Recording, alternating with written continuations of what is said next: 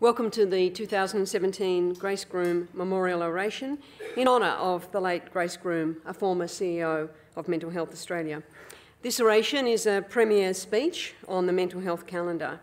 For more than a decade, leaders in our sector have delivered an address to challenge and ignite our passion to do more for mental health. From Ian Hickey in 2007 to Jeff Kennett last year, myself in 2013, this oration was designed to be a legacy to mental health reform and continues to live up to that aspiration. Today, for the second time in the history of the oration, we will hear from a sitting health minister. And can I say, rarely have we had a minister more committed to mental health than Greg Hunt. Rarely have we had a minister more committed to getting things done in whatever portfolio he ends up in, whether it be environment and climate change and now in health, to practical, workable outcomes, and never have we had a minister more interested in hearing from people on the ground. And I do want to pay a particular thanks to the Minister for his incredible leadership and advocacy in the marriage equality debate. This was a Minister who went out very early and who worked tirelessly on the ground, but also with sporting organisations, knowing that if you could get those sporting organisations, the icon of so many Australians, the normalising part of our society, if you will, to actually see the fairness and legitimacy of this issue, that we would be able to bring the whole community with us.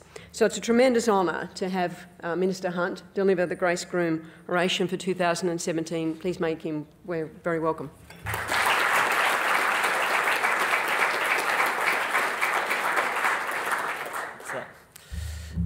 Thanks very much to Jennifer for that very warm introduction, and I would equally acknowledge your contribution in the conduct, the direction and the outcome of the national plebiscite, and a change which will be defining, I think, in terms of equality and the way the nation sees itself, not just over this decade, but in decades to come. I think that's been a fundamental moment, and you've been a real leader, along with Frank and Mental Health Australia, all of the board members and all of the members in this room. As I came into Old Parliament House, I looked around and I thought of the history. First of all, actually, the Indigenous history, and acknowledging, the role and history of the Ngunnawal and the contemporary engagement, and the fact that now we have such magnificent members of Parliament as Ken Wyatt and Linda Burney and Pat Dodson and so many others who are representing Indigenous Australia. I thought of the political history that comes with this building, and the front steps and the back corridors, I think well known to many of you, and of course the personal history. Many of us in federal parliament have become amateur genealogists lately. In fact, I've been doing a little research of my own, and I didn't discover, but I reconfirmed that I was born in Frankston Hospital, that's Frankston, Victoria, Australia. My mother was born in Stawell, Victoria, Australia. My father was born in Peterborough, South Australia, and I was delighted. It's good to see somebody from Peterborough. And I was delighted to discover, and somewhat relieved, that my maternal grandmother was born in Ararat. Her husband was born in Cobden. And my paternal grandparents were born in Orange and in New South Wales and Semaphore, South Australia.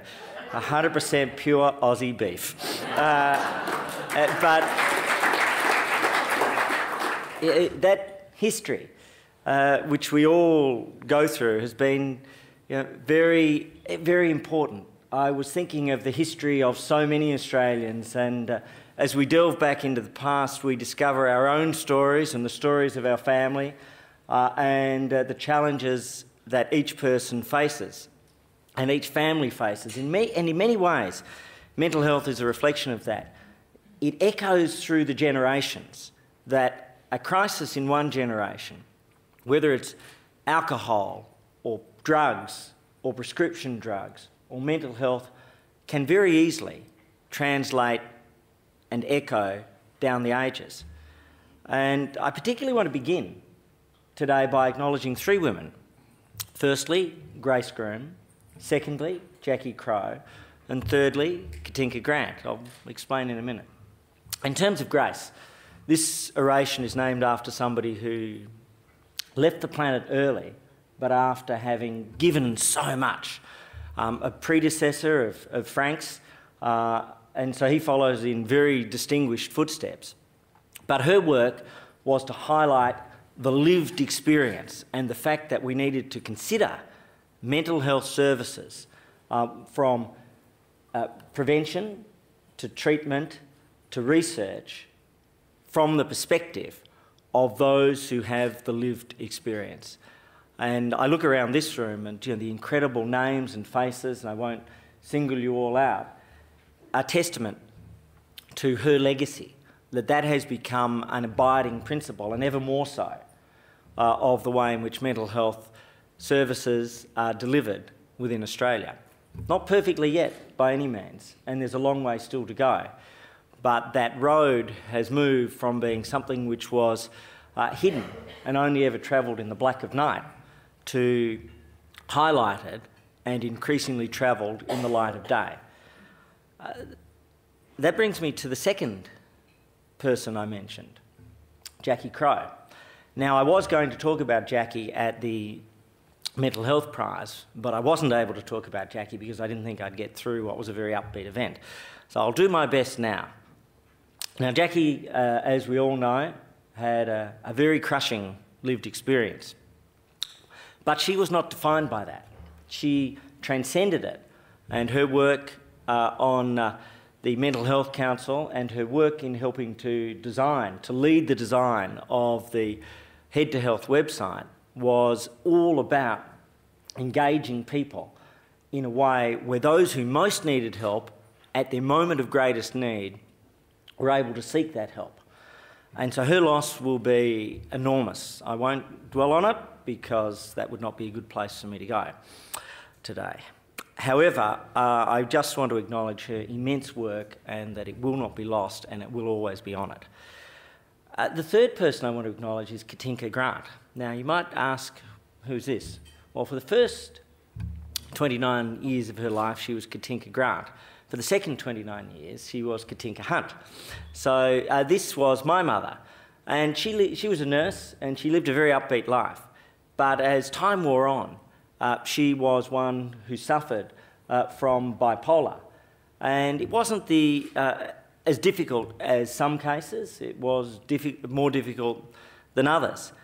And there were all of the dark moments, which I think everybody here knows and understands. But there were also the light moments. I think I mentioned one at the Mental Health Prize, and another one, she was an amateur gastronome, and she liked to grow her own food, but also to keep her own food. Unfortunately, the nature of her condition meant that sometimes she was a little out of touch with modern food hygiene standards. And so there was one occasion in which myself and some friends pointed out that she had this thing for large salamis. We had a 5-kilogram large salami hanging from the kitchen. As it was from the kitchen wall, as it was turned around, it was pointed out that there might have been a large amount of mould and this had become a living experiment.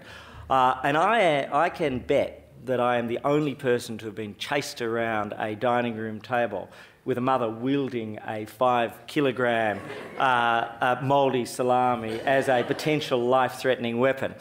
And so there was great joy, but also all of the great hardness. And so, we lost her early, as we do so many people with mental health where they are linked with chronic illnesses and conditions. And I think that that's a critical part of what we need to focus on in terms of our research, the linkage between mental health and chronic illness. And I see people such as Kim Ryan here and Helen Christensen who are focusing in this area. So today, I want to particularly focus on mental health research as part of a broader analysis around 4 areas. Firstly, to look at the challenge of mental health diagnosis and treatment and services in Australia. Secondly, to look at the response. Thirdly, to look at the 5th National Mental Health and Suicide Prevention Plan. And fourthly, to examine new directions in research going forward. Before I do that, I do want to acknowledge, Frank, the work of Mental Health Australia to announce that over the coming 2 years, in order to assist with your coordination and leadership of national research, we will honour, through the Groom Oration, an additional $300,000 to assist in that work. And it's a small recognition of the incredible leadership of everybody here and the coordinating role of Mental Health Australia. So let me begin.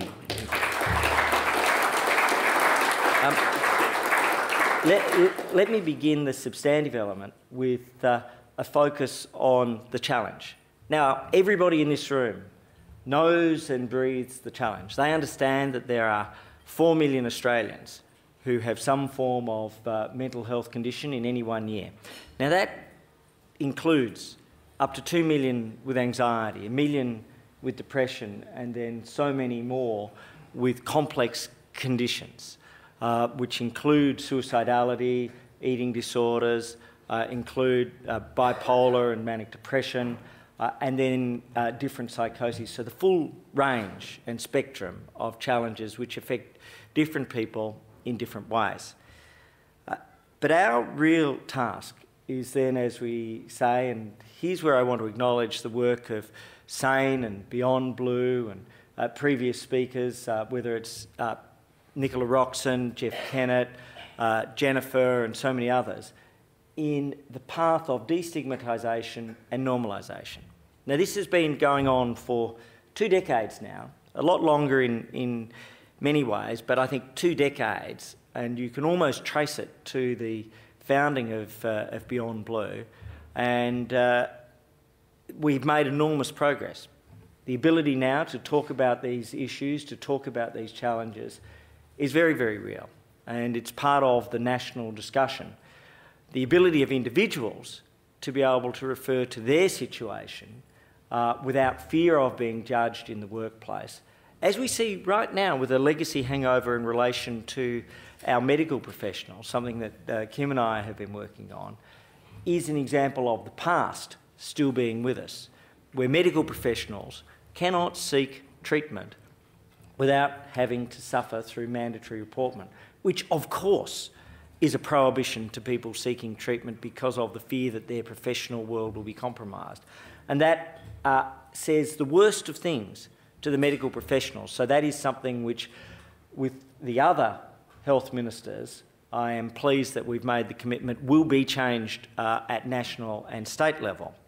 And that sends the message to the profession that deals on the front line that they can seek help, but it sends the message to everybody that this is part of the normal process of life. When 40% of people over the course of their lives are likely to need or seek help for treatment, then that is a normal condition. So that is the next great task, normalisation. Related to that, of course, though, is services.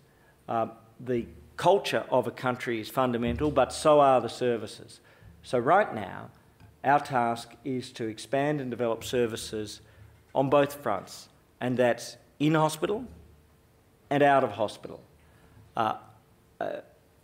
Clinical and non-clinical in terms of the psychosocial supports and some of the challenges. The great advance of the NDIS has had a perverse effect, which I've discussed often in public, that some of the psychosocial services are being sucked out of the broader community arrangements. So right now, we have to reverse that. So those are the starting points in terms of the challenge. Then we go to the question of the response. And the response really covers a number of areas. Let me begin with the status and role of mental health within our long-term National Health Plan. So the long-term National Health Plan has historically dealt with primary care and hospitals. We've expanded it out to be a 4 pillars structure, precisely so as to recognise the need and importance of mental health. Primary care, which is about being able to access the doctors and nurses and medicines that people need when they need it, where they need it, and in a way which is affordable. That is, a fundamental basic of our health system.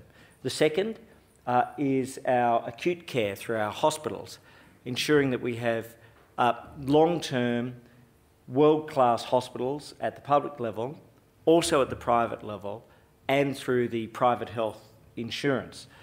And the private health insurance in Australia is a fundamental part of the model that we have, and I think we have a superior model to either the United States or the United Kingdom with their two different versions of contemporary health systems. That's not a negative reflection, it's a positive reflection on Australia.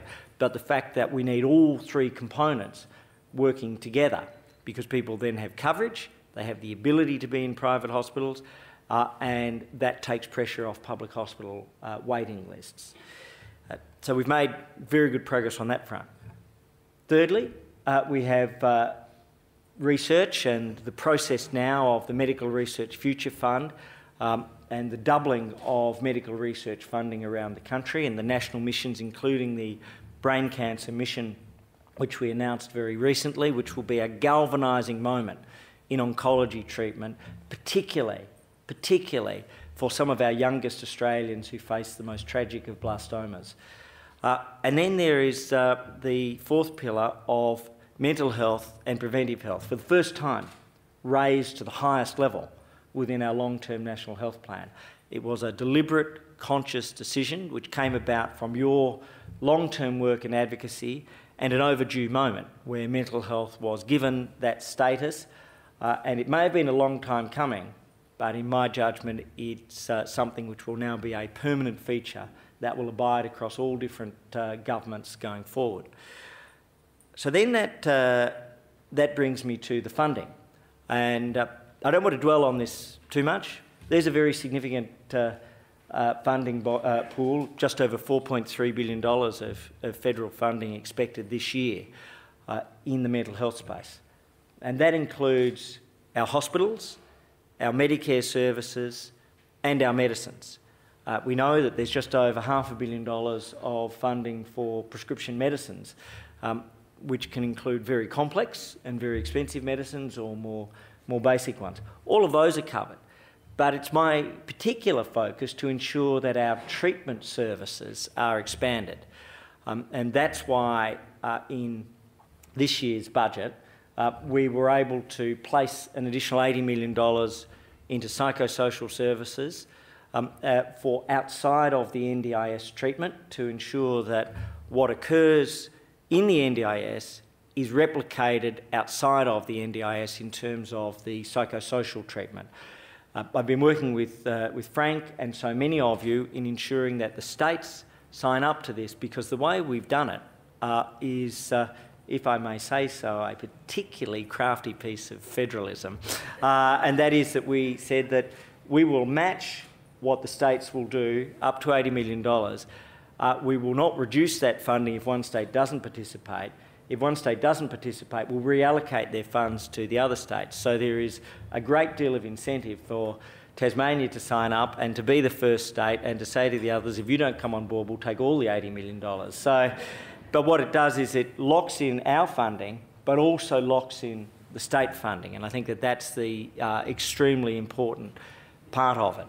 In addition to that, the focus on youth mental health services over the last year through the support of Headspace around the country, climbing to 100 and now to 110, with a particular focus on rural health areas and reaching out to people who are in desperate need.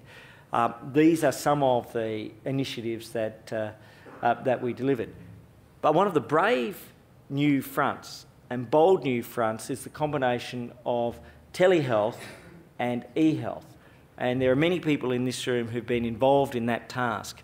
And this is about the ability to deliver services to people in rural and remote areas, but also to deliver services to people at 2 and 3 and 4 a.m. in the morning, in the black of the night, when the risk and the need are sometimes the greatest. And so there are a series of initiatives on that front which we've been supporting.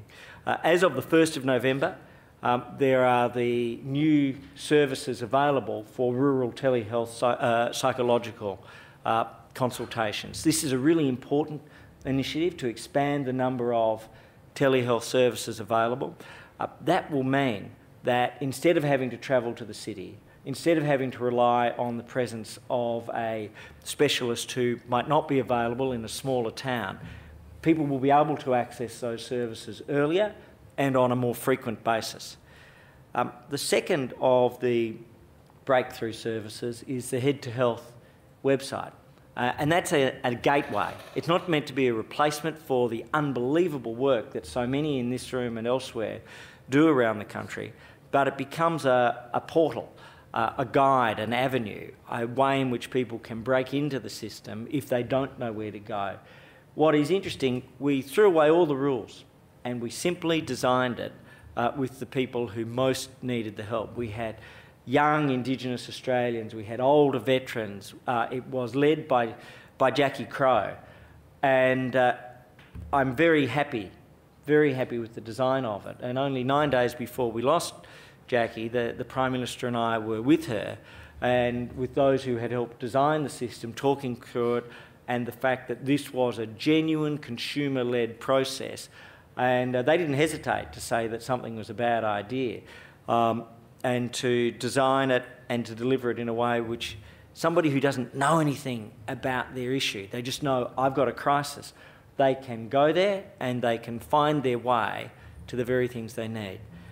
And then all of that leads to the third of the services, which is currently being supported by the Commonwealth and being developed at the moment, is the Synergy Project. The work of Black Dog and Ian Hickey and so many others is being embodied in this, which will provide a deep clinical tool and be able to provide real diagnosis to give people an opportunity to help with their own case. Many will want to go face-to-face. Many will want to work over the telephone.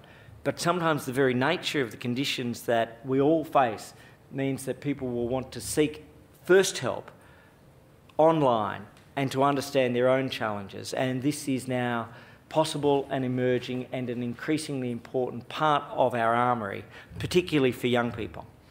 So then this brings me to the overarching framework, the 5th National Mental Health and Suicide Prevention Plan. And I want to break this up into 3 parts itself: mental health, suicide prevention, and then the vision going forwards. In terms of mental health and the 5th National Plan, there are really 3 parts that I want to draw out and emphasise. The plan is available and out there. It's come about from genuine, deep consultation.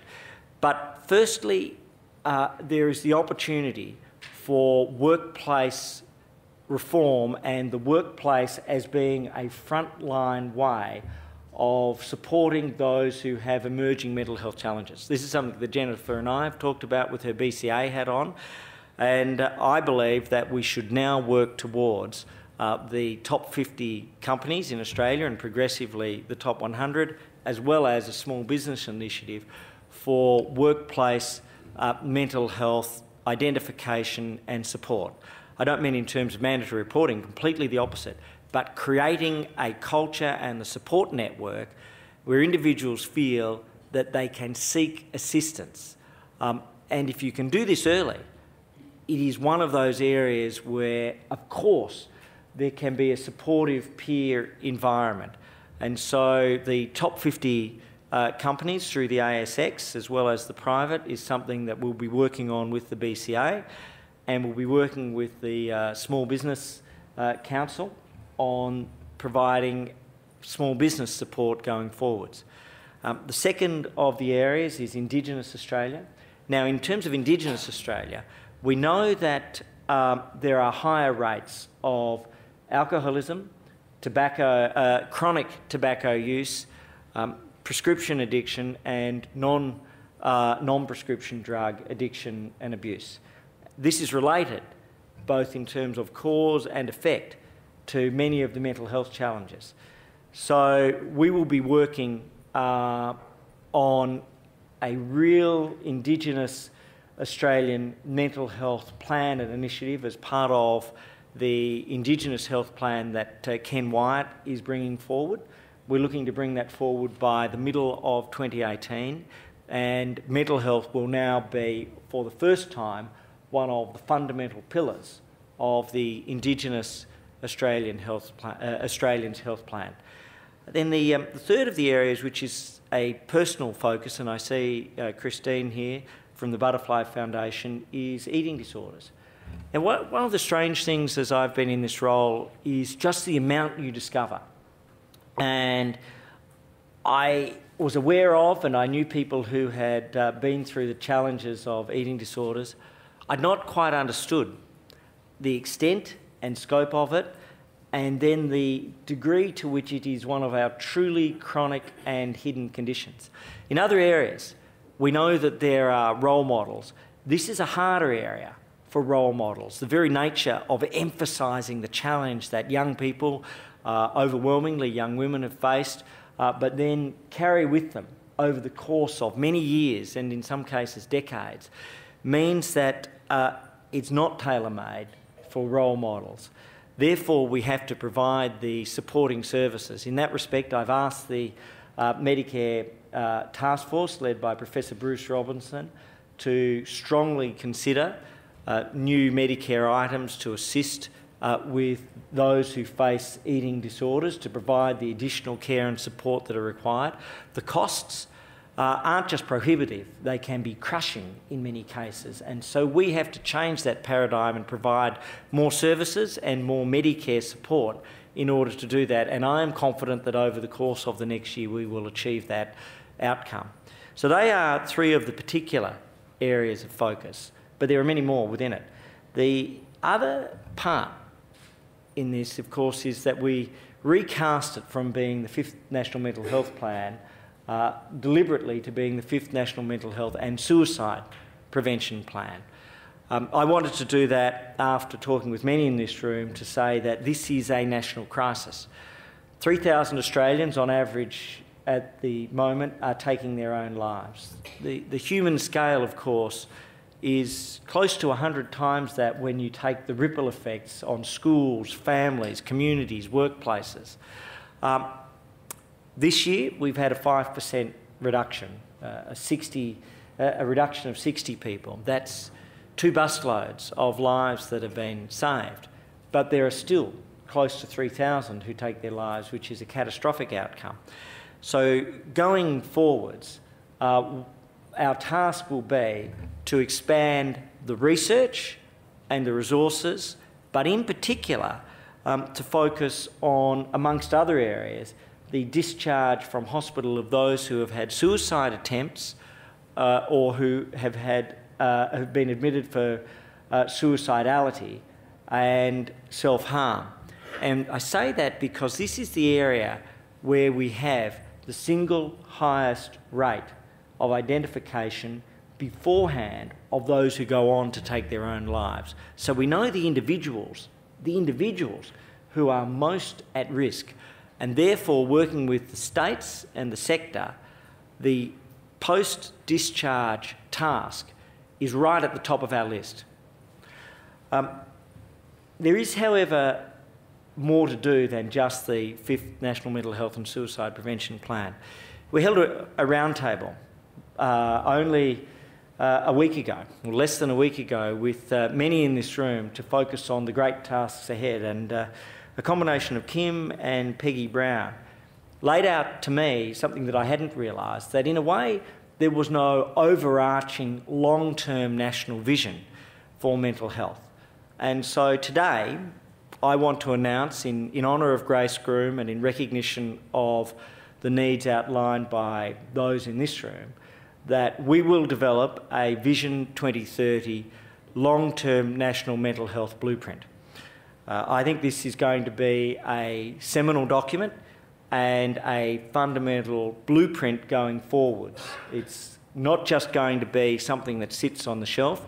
It will take what we've done with our successive national mental health plans, but it will cast out a national vision and a direction which will hopefully survive different governments and different incarnations of governance, and be something that will be periodically updated. So as we have a Vision 2030, and in time that will be evolved to a Vision 2040 and Vision 2050 by successive governments. And I think this is critical, and I want to acknowledge Peggy and Kim, your suggestions in developing and allowing us to create that blueprint for the first time in Australian history.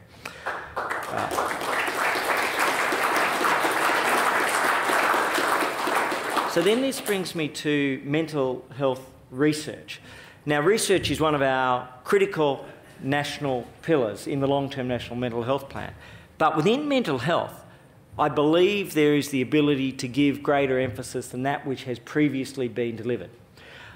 Let me begin with what we have done recently. In terms of recent action, I was delighted at the budget that we were able to support the Thomson Institute on the Sunshine Coast with a $5 million grant to focus on youth depression and anxiety and other elements. We were able to support Black Dog Institute along with the Hunter Institute in their research to assisting with chronic conditions. And then we were able to support Oration in Melbourne and the work of Professor Patrick McGorry and others in providing youth reach-out services and looking at the Headspace model. Those were tremendously important steps forward. But now we have, for the first time, the Medical Research Future Fund. The fund as a whole is growing from $60 million to $120 million this year, to $220 million, to $380 and $640 million. Mental health research will be part of what we do. The structure that we're using is patients, researchers, national missions and translation. I want to announce today that one of the national missions, in addition to what we're doing with the Australian Brain Cancer Mission, will be a national mental health Million Minds mission. And that will be twinned with what we do in the 2030 blueprint to aim to improve and to help 1 million minds over the course of that period. There will be funding that will come with it, that will be announced in the budget process, and we will work this through, the content of the national mission, as we develop the Vision 2030 blueprint. Related to that, then of course, is the National Health and Medical Research Council. We've had some tremendous outcomes, $29 million announced earlier this year, but one of the gaps has been that there has been no specialist National Health and Medical Research Council Mental Health Advisory Committee. I am delighted to announce today that there will be a National Health and Medical Research Council Medical Research Advisory Committee. It will be led by Professor Jane Gunn from the University of Melbourne, with a total of 9 members, the names of which will be shortly released. And that will help focus the work of the NHMRC on mental health research. And this means that we will be covering neuropathology, we will be covering social determinants, optimal treatment regimes, and then the particular needs of indications and patient groups around the country. Then, associated with all of that, where I want to finish today is with the joyful task of being able to announce that this year's National Health and Medical Research Council major projects, chronic disease and program funding will include 47 new projects and recipients with $53 million allocated to mental health research in Australia. That funding will include $3.1 million for the Menzies School of Health Research to focus in particular on one of the very things I began with today, which is Indigenous communities and the challenge and relationship between substance abuse, anxiety, depression, and the steps forward in breaking that cycle. It's a difficult task. It's a fundamental national task. In human terms, there can be very little of more challenge for this country at this moment in time. And in addition to that, $1.5 million to be led by the University of New South Wales for work on youth substance abuse and the relationship with mental health. 45 other projects which you'll be able to read about over the course of the day. But all of these recognise that mental health requires the three things that we set out at the outset. It requires normalisation and a recognition of the task and the fact that this is something we have to talk about. It requires the treatment and the services, and it requires research to identify the neuropathology, the causes, whether it's social or physical or psychological, and the pathways to resolution. Today we honour Grace Groom, we honour Jacqui Crow, I honour my mother, and all of you honour those members of your families and yourselves who have had to struggle with the challenge. It's always been a challenge, mental health. But my view and my belief is that at this moment in history, we are making progress and there will be more opportunities than ever before and better understanding and better social acceptance that this is something that is a part of life, but something from which each of us can move and take steps forward to be our best selves. I thank you and I honour you.